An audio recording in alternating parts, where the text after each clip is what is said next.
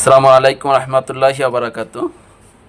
ডাকসু নির্বাচনে ছাত্র শিবিরের যে প্যানেল, এটি সত্য এবং সঠিক পথেই এগিয়ে যাচ্ছে। এটা বোঝার জন্য আপনাকে নজর রাখতে হবে ডাকসু নির্বাচনের দিকে।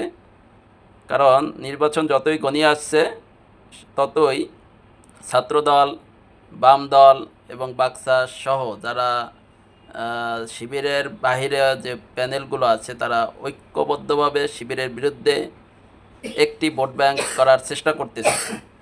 এ থেকেই প্রমাণিত হয় সকলের সাথে ঐক্য করে শিবিরকে কোণঠাসা করার চেষ্টা চলতেছে। তাই শিবিরের প্রতি দোয়া এবং ভালোবাসা রইল।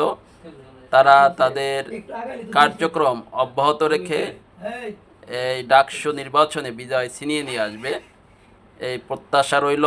সচেতন শিক্ষার্থীদের প্রতি অনুরোধ রইল, আপনারা সবাই 9 সেপ্টেম্বর শিবিরের যে প্যানেল রয়েছে তাদের সবাইকে ভোট দিয়ে আপনারা জয়যুক্ত করে তাদেরকে নির্বাচনী ইস্তেহার অনুযায়ী কাজ করার সুযোগ দিবেন এবং ডাকসুকে একটি কার্যকর এবং ঢাকা বিশ্ববিদ্যালয়ের যাত্রাকে সঠিক পথে পরিচালনার জন্য ছাত্র শিবিরের প্যানেলকে জয়যুক্ত করার জন্য সচেতন ছাত্র সমাজের প্রতি উদাত্ত আহ্বান রইল। ধন্যবাদ সবাইকে। আসসালামু আলাইকুম।